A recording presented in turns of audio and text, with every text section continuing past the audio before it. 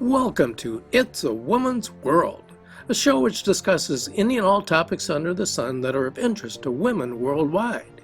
Here's Nadia Giordana. Hello and welcome to It's a Woman's World. I'm Nadia Giordana. Our guest today is Nandini Patwardhan, and she is the author of Radical Spirits. As a matter of fact, this book is a finalist in the IBPA Book Awards coming up very soon. We'll be following that very closely. In the meantime, let's meet our co-hosts, talk to Nandini, and find out what this book is all about. Barbara Lavallure. Hi, I'm thrilled to be here and can't wait to ask questions of our guest. I would like to just share with her that I spent 20 years in Europe, mostly in Germany, and a few years in England.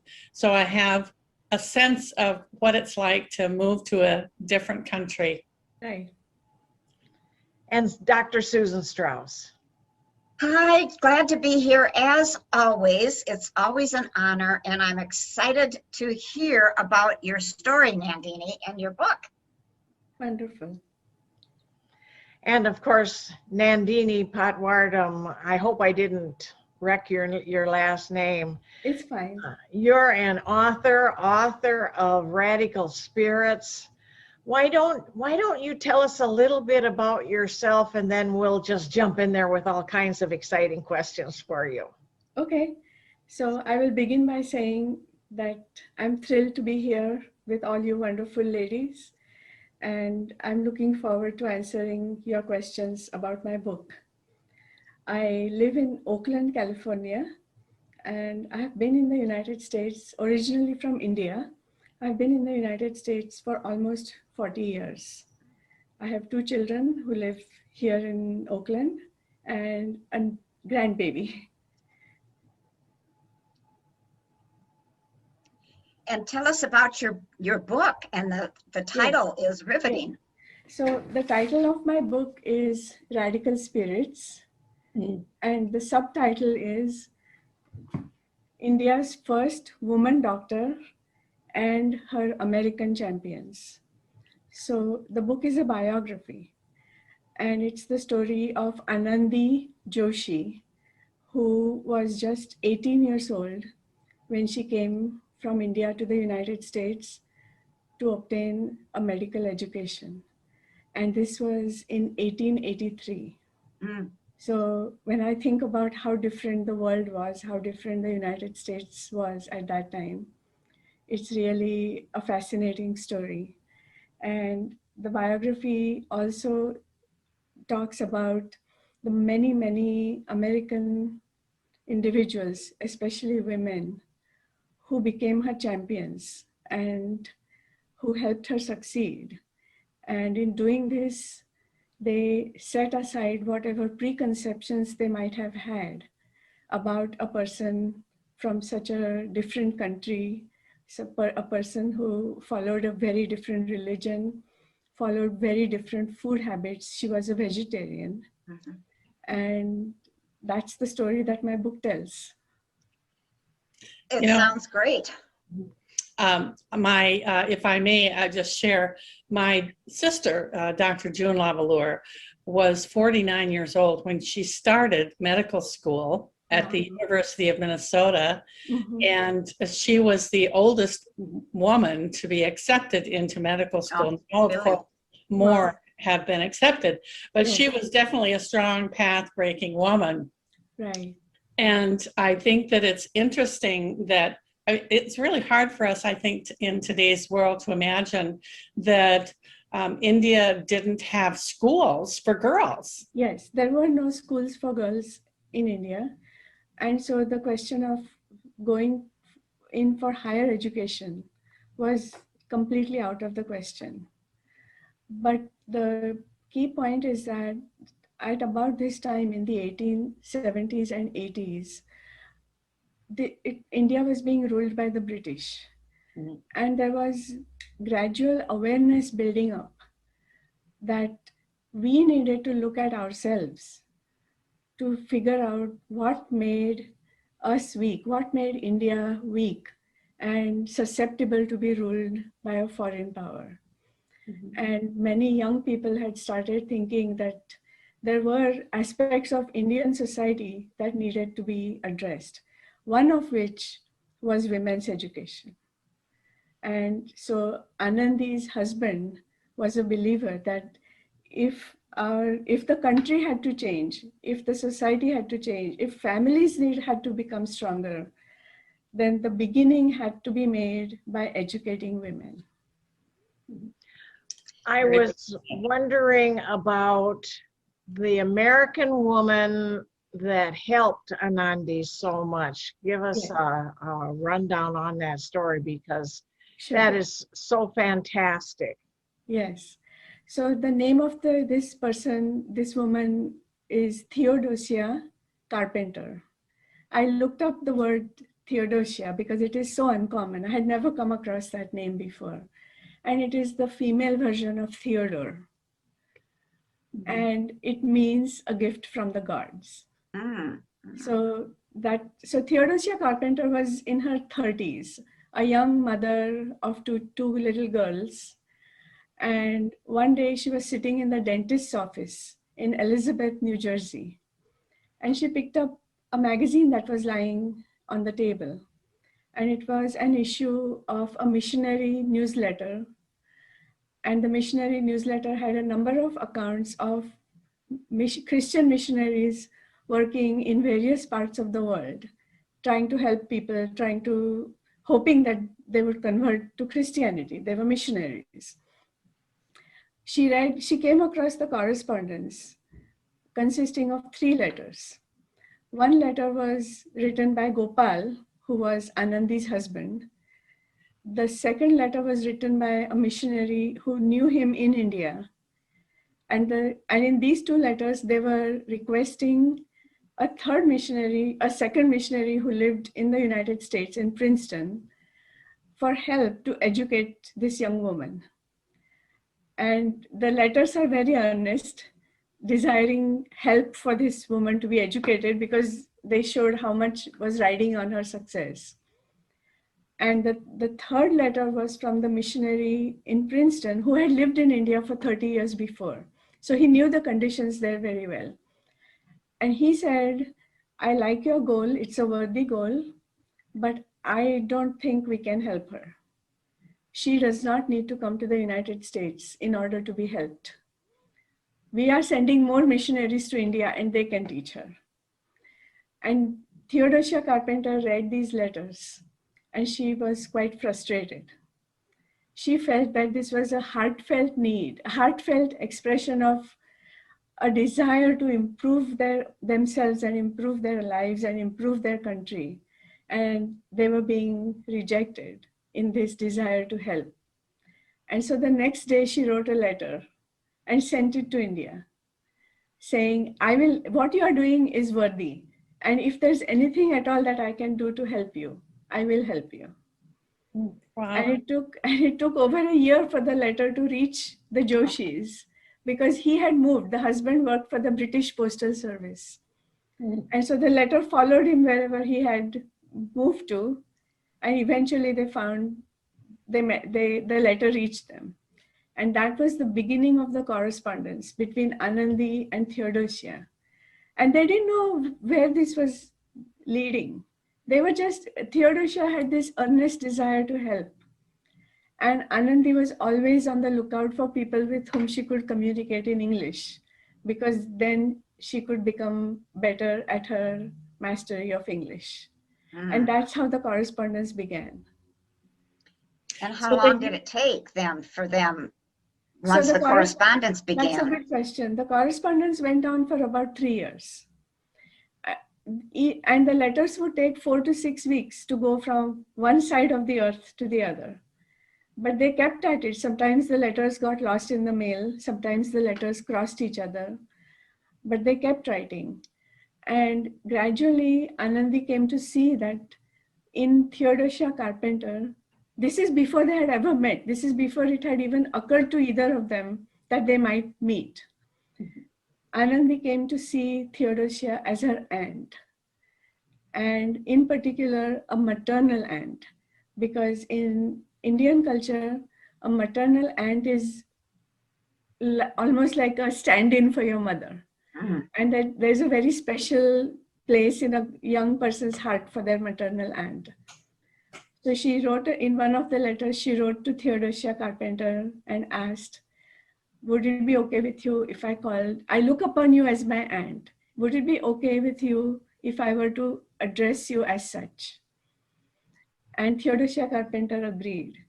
And all the letters from that point on are addressed as dear aunt and dear niece.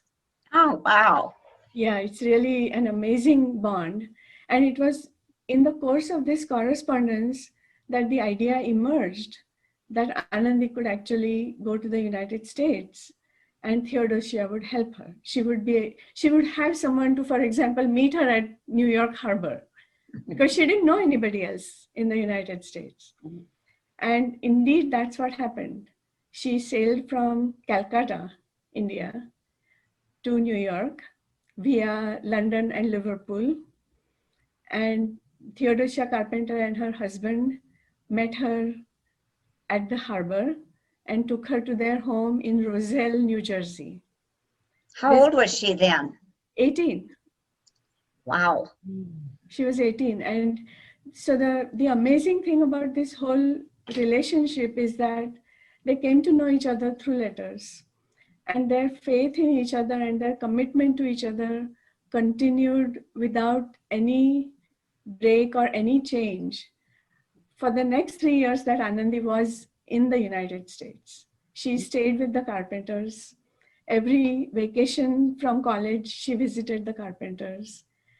And as it turned out, when she died very young, at the point when she realized that the end was near, she made a request. She was in India by the time the end came. She had returned to India, and she said she requested her husband to send her ashes back to the United States to her aunt. Mhm. And it took him 6 years to find someone because in those days there weren't so many people going back and forth between India and the United States. So it took him about 6 years to find someone. But he did eventually find someone, and the ashes were handed to her in an urn. And then they were buried in the cemetery plot belonging to her family Wow. in Poughkeepsie, New York. So it sounds like both of these women were radical spirits, not Yes, just yes. one or the That's other. right. Yes. And I'm wondering if you could tell us a little bit more about what happened after she got her MD degree. Sure. What happened then? How long did she stay in America, and then what happened when she went back? She received her MD degree in March of 1886. It was an event that was, according to some reports, 3,000 people were present and it was held at the Academy of Music in Philadelphia. And I'm glad you asked this question because it gives me a chance to describe another very remarkable relationship, a remarkable woman. Anandi decided that she should do an internship at the Hospital for Women and Children in Boston. She was a little late sending in the application. There was a doctor in charge at the hospital there, was a Dr. Elizabeth Keller. And she decided that she would make an exception for Anandi.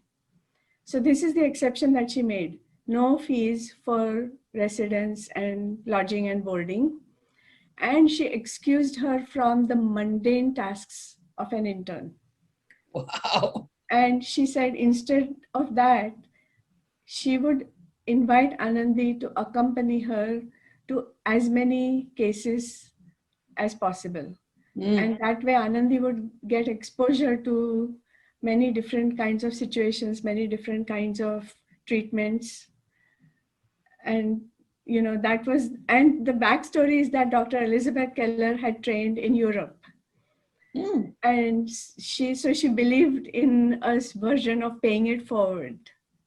yes. And she made this special accommodation for Anandi.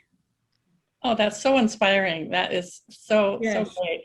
And yes. then back And so in, then yeah. she went, so Anandi went to Boston, and she was there for about 3 months. But by then she had become really sick, and it was very physically tiring work.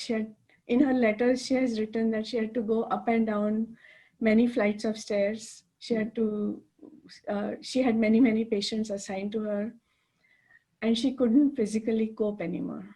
Mm, So she had to cut back on her plans for the internship, and she returned to Roselle, to the carpenters.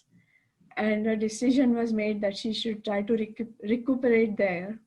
And when that didn't work, a decision was made that she should sail back to India in the hope that being in a climate that she was more used to, where she could get the food that she was more used to, where she would be in the company of her mother and her sisters, and all of those things put together might help her recover from her sickness.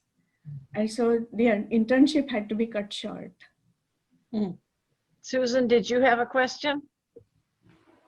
I don't remember well, I did, but yeah, I was just curious. You said she was only 18. That takes a lot of courage to take off from her homeland and come to a foreign country, the US. But she not had any education in India. Did I understand that right?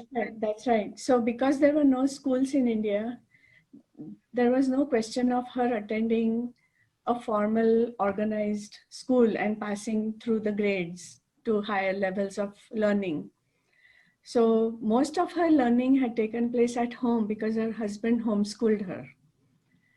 The background is that she was married at the age of 10. Oh, And he was 15 years older than her.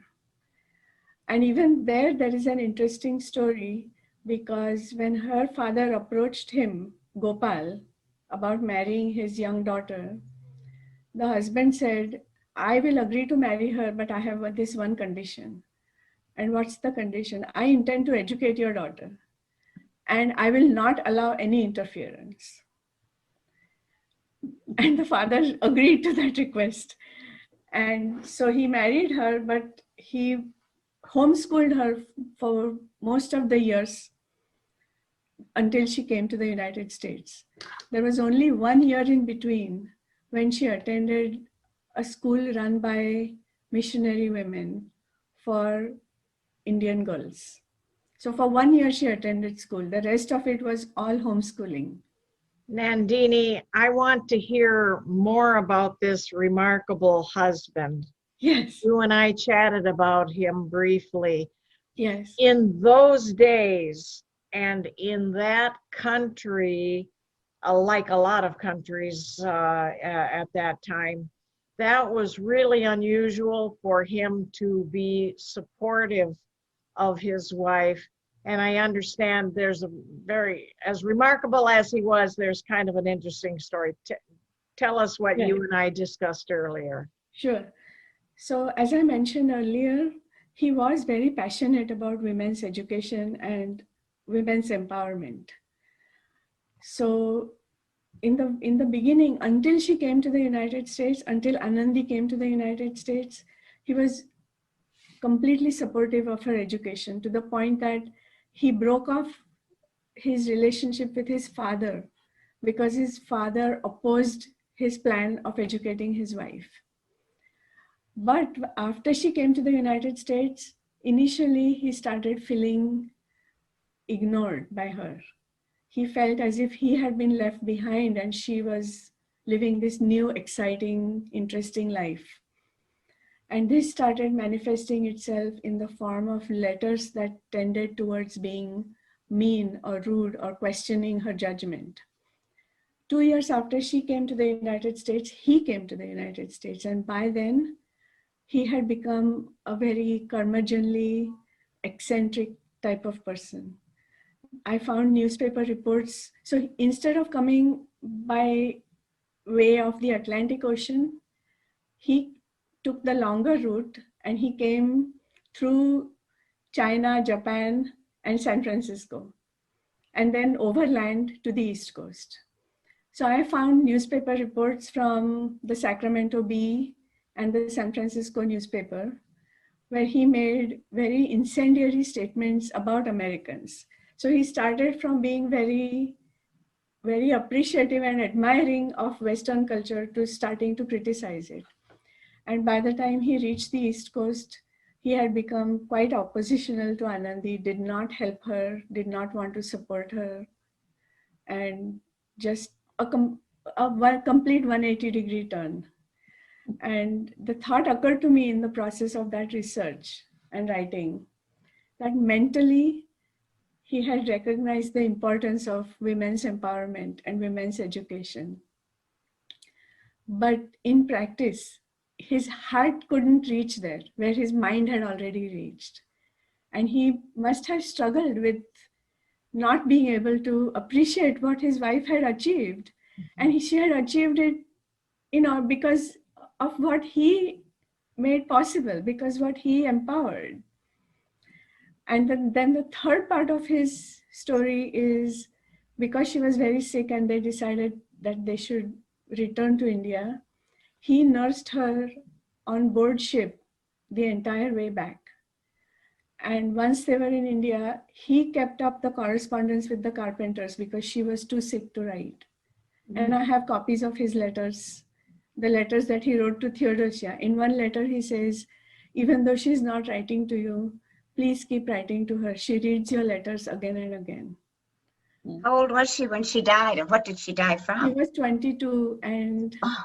she died from tuberculosis. Wow.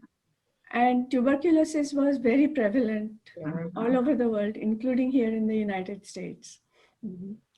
And this time period in the 1880s was just a few years before knowledge of bacteria and then knowledge of contagion became widespread. So this was that in-between period when there was very little known about what causes a disease like that and how it should be treated. And this is a big tragedy, as there were many others who lost their lives due to tuberculosis. I don't think they even realized that hand washing was important back then. There was no awareness of that, right? I'm interested in learning about what you are doing now, other than obviously having communications about your book. Yes.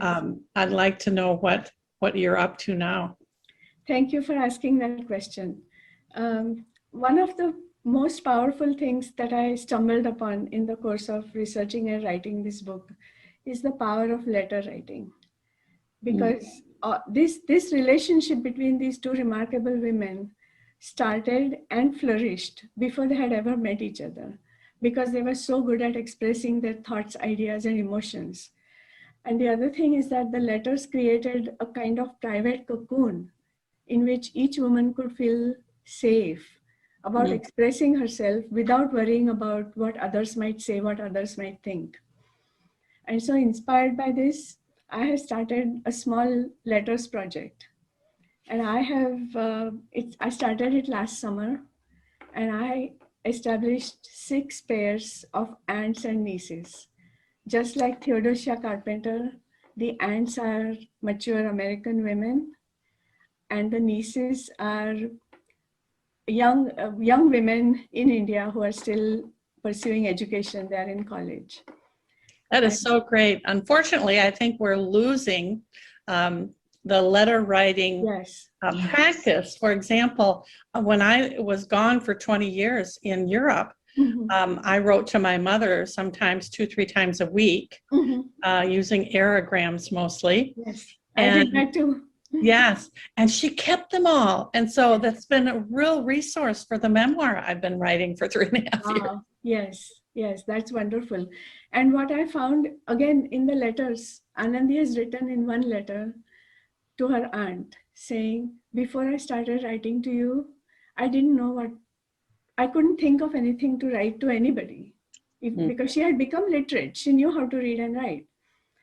And she said, because I'm writing to you, I look at things differently. And it gives me ideas for how to describe my culture and my society to you. And so in starting this letters project, that was my goal, that the young women would be exposed and introduced to different ways of thinking, different ways of being from their quote unquote American aunts. And they would learn to see their culture differently, and the American women would learn about India from a very different perspective than, you know, the travel brochures or the books that are published. This would be like on the ground level experience, a very personal experience. And Didn't you have a long-term goal though about a movie idea? yes, my dream is to have a movie made or about this book, based on this book. Oh, that would be great. Thank you. Yeah, several people who have read the book have said that to me. And if you think about it, you know, movies like The Man Who Knew Infinity, which was about the Indian mathematician who went to England, or about Victoria and Abdul, which was about the Indian assistant of Queen Victoria. Yes. These types of narratives are visually very rich. And they create a kind of bridge between two completely different cultures, but there are people who engage with each other as humans. After all is said and done, they engage with each other on a purely human, a very universal level. And so my dream is to have a movie made about this book. How I did would you get hope. interested in her life? Excuse me? How did you get interested in her life? That's a very good question. So when I was growing up in India, I had heard about this story, but I had heard a very, very short version of it. And I was so young, I was maybe 10 years old at the time. I didn't pay much attention to it. I didn't even know which foreign country she went to.